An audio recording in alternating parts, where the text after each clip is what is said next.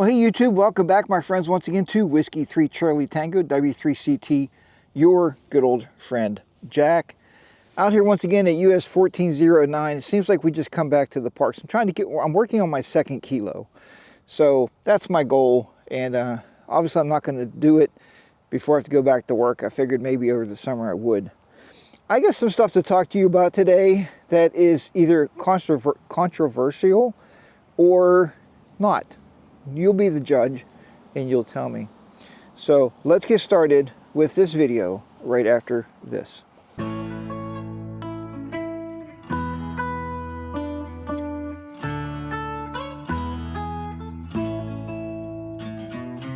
Okay guys, yeah, welcome back my friends once again to another day out here being at the park and being able to activate. And I did make a modification to the antenna that you just seen. Let me back up for a minute. Let's do right here, I'm going to put a little word clip. Ready? Medical update. All right, if you noticed in the last video, I talked to you a little bit about my shoulder hurting, okay? My left shoulder when I was putting the antenna up. I told you I injured it when I was helping my sister move. I was picking up very heavy buckets of sand and very heavy buckets of cat litter that she had at her house. Rocks? I don't know who puts rocks in buckets, but anyway. And I was picking those things up and throwing them over top of a dumpster. Well, I injured something in my shoulder. And I don't know if I mentioned in the video or not, but my right elbow was also hurting, okay? That happened because I was playing this little game I was doing with my grandson where you just put your hand over his hand and his hand over your hand, and I call it slap hand. He just loved it. Well, I think when I came down one time, I hit my elbow on the table. Guys, it really hurt. Like, you know how you hit your funny bone or something, they say, and yeah, it'll go away in a couple of days. This wouldn't go away. So anyway, let's wrap this story up. So I went to the orthopedic doctor yesterday. They did x-rays. Nothing's broken, nothing's torn. I mean, obviously they can't see muscle because you need an MRI or something to see a deep tissue injury. But he got these two big needles out, guys. They were about, I don't know, about that long maybe that long. They were huge needles. I was like, uh-oh. Now, many of you may not know, I was a paramedic for 10 years. And I told him, I said, I'm a better sticker than a sticky. I don't like to get stuck. He said, we're going to do your elbow first because that's going to hurt the worst. I'm like, well, at least he was very honest. He said, it's going to hurt. So he had me turn my arm over. He pulled the bottom of my elbow up. This lady sprayed this stuff on it. I'm guessing some kind of CO2 or something to chill it so I wouldn't feel the needle go in. It didn't help. I felt the needle. I was like, holy catfish, right? Anyway, so he said, yeah, you're going to have to put ice on that when the Novocaine wears off later, because he put Novocaine and cortisone in my elbow. He said, okay, now I'll get this other needle on. We'll go ahead and get your shoulder worked on. So he said, put your foot up on the table, lean forward. He got behind me, pulled my shoulder up, and bango, another big needle on my shoulder. I was like, ah! He said, yeah, but was that worse than your elbow? I said, no. I said, but it still hurt. 61-year-old crybaby when it comes to needles. Anyway, so he's saying that, the shoulder was tendonitis, okay, something with the tendon, he believes, okay. The elbow, get this, is called a golfing elbow because it's on the inside is where I hurt it. There's nothing broken, but he can see a spur on there, but he said he has a spur on his elbow too, just a little spur. I don't even know where it comes from, but anyway, he didn't explain it. Okay, so that's it. That's my medical update. I think I'll be okay, and we're moving on, right? Getting ready for the school year. So in today's video, we are going to be talking about QRP. Now, and the reason I'm bringing up QRP today is we had a club meeting last night, and in that club meeting, and I know a lot of you guys are, Jack, your videos are too much talking, man, stop it. I got to give you the preface of kind of why I'm doing this, okay? So at the club meeting last night, it was decided by a few, okay, by a few, that Winterfield Day, which they've been doing long before I joined the club, long before I joined back up in the club, they decided Winterfield Day they're going to do QRP. I do not like QRP in contests. I think it's counterproductive. Now, the one guy said we got all the sections except 3 last winter. Okay, that's cool, that's fine, everything. But winter field day is also not as popular as summer field day for obvious reasons, right? People don't want to sit out in the snow and operate radio. Maybe you do, maybe that's your thing, I don't know. But I was suggesting let's use high power, let's use 100 watts because there's less people. We want to make our signals go as far as we possibly can, but they're restricting us to 5 watts. So anyway, so what I did today was I decided, since I was out here 2 days ago with the G90 with 20 watts, today I'm going to be using the QMX, obviously with 5 watts. I put the same antenna up, the same vertical, the resonant vertical that I built the other day, the same choke, same coax. So what I'm going to try to do is see if this 5 watt radio will make the same number of contacts, or not even the same number, but looking at the map, see if I'm getting the same distance. That is what I got with the G90. Now granted, the club does have a hex beam. We have a buddy hex that we will be using with the 5 watts. So what I'm going to do is, with my hex beam at home, I'm going to hook this up with my hex beam at home and see what kind of contacts I can make at home with it. Now, at home I'm going to have to use it for 20 meters. Obviously, it's what the hex beam will do is 20 meters. I was told recently by Tom that he tuned his buddy hex up to 40 meters with the NA4RR hex beam. It was written right in instructions. If you tune this for 30 or 40 meters, you can cause arcing between the legs, or the lugs. So I really don't want to mess up my hex beam. It's like, you know, it's way too valuable. And I'm not saying Tom's worked, but maybe it's something to do with the buddy hex and how it's actually set up, because he had to put 3 elements on it, I understand, to tune it for 40 meters. Plus he was only using 5 watts, I'm sure. And I would love to try it, but I don't want to break my hex beam. There's no reason for that. All right, anyway, let's go here. So I made one modification to my antenna, and the reason I made this modification is simply because this 40 meter resonant wire right here, okay, is going to be permanent. So, and it just slid down there again. All right, Jack, you should have taped this up better. So anyway, if you look right here, so I put a banana plug on it. So that way you can plug in the top, because I'm going to keep this wire, I'm not cutting it. I'm going to make a 20, a 30, and a 15 also, I think. And then the ground radials also. So again, the same choke that we used. That's the choke I built in January. Yeah, it is on the videos. Same coax, different radio. All right, guys, so yeah, you know, I'm going to get on the air. I'm not going to record the activation. I don't do that. But I am going to get on the air and see what kind of contacts I can make and see how this thing works. Because, you know, with the QMX, there's no tuner, so I can only run basically 40 meters today. That's what I'm doing. I'm sure I can put other antennas up, but I'm not going to. I got other stuff that needs to be addressed today. So let me get started, and I will come back in and talk to you a little bit about how it went. Is QRP, I guess it has to be fine. You know, I guess the ruling at the club level, and like I said, I was there years ago, years and years ago, like 25 years ago in the same club. But I don't want to rock any boats, you know what I mean? I'll try to help out as much as I can for winter field day, because I love to be out operating, but I don't know if QRP is the way to go.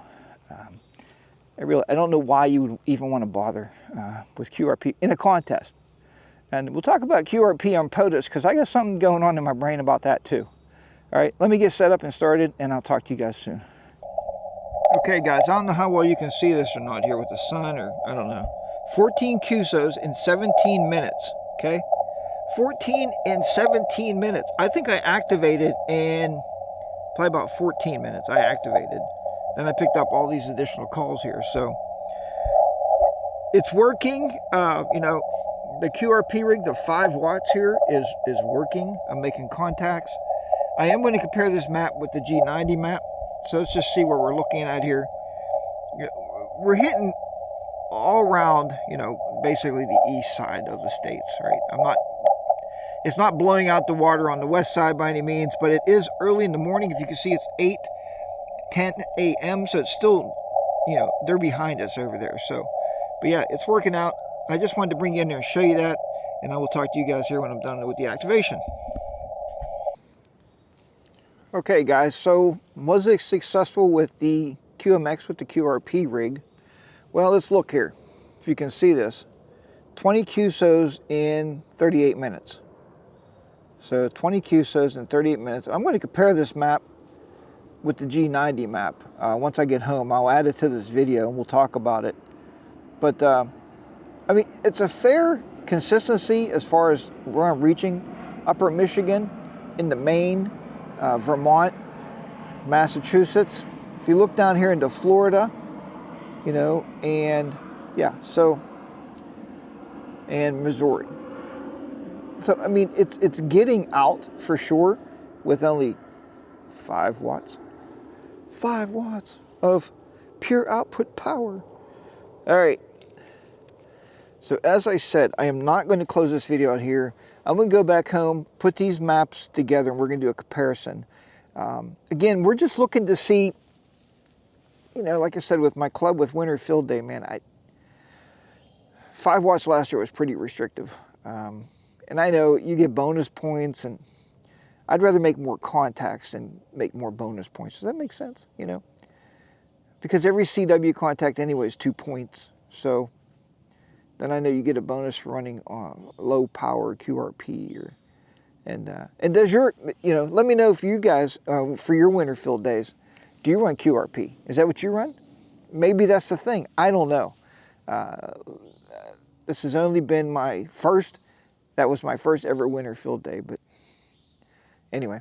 Okay, so I will close this out. Like I said, when I get home, I'm going to put this on the computer. I will talk to you guys there. So let me pack up and get out of the park. I'll see you later. Okay guys, as you can see, I made it back into the shack up here. And I wanted to do something really cool. I wanted to pull my my actual log files and put those into a mapping program that I was looking at here, if you can see behind me on the computer monitor. But it just doesn't work right. It doesn't put any lines on it. So what I decided to do was I'm going to record. I'm recording from my phone at the same time we're doing this, okay? So what we're going to do here first is we're going to look at the map from August the 8th. That's not right. August the 8th? What's today's date? Today is August the 8th. So I'm sorry, that was August the 6th. Okay. Why did I write that as August the 8th? I don't know. I'm going to fix this actually right now. August.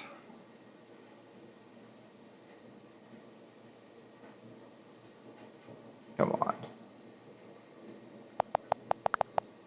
This one was August the 6th, 2025. All right. Okay. All right, guys. So what we're going to do here now is we are going to look at August the 6th. Okay. August the 6th, I put the 40 meter resident vertical antenna up. And you guys may have seen that video already. You probably, no, wait. Yeah, you did probably see that video. Anyway, and I was running the G90 with 20 watts. So let's go ahead and look at the map from that, okay? Remember, we're thinking about QRP and 5 watts, and is it good enough, okay? So here's the map from the G90.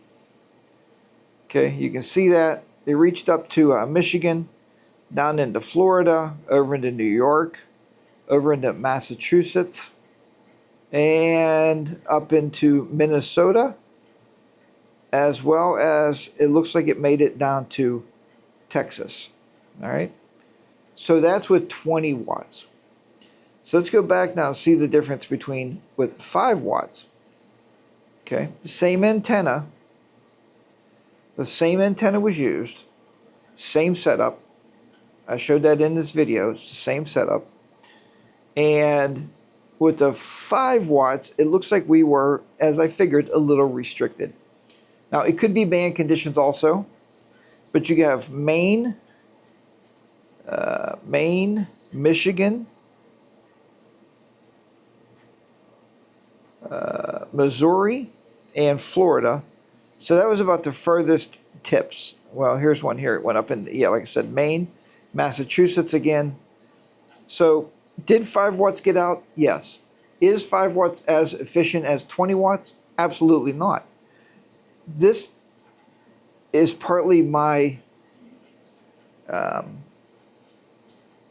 my argument, I guess, with Field Day. Field Day is a competition. It's a contest. You should use everything to stack the numbers for you. Don't stack them against you. And I know QRP will give you more bonus points, but I think getting more contacts is going to be better than having more bonus points. But remember, Winter Field Day is not as popular as Summer Field Day. There's not that many stations out there doing it. They don't stay up late. They don't work the whole 24 hours. Trust me, I did it, and some of it's grueling to try to make contacts, okay?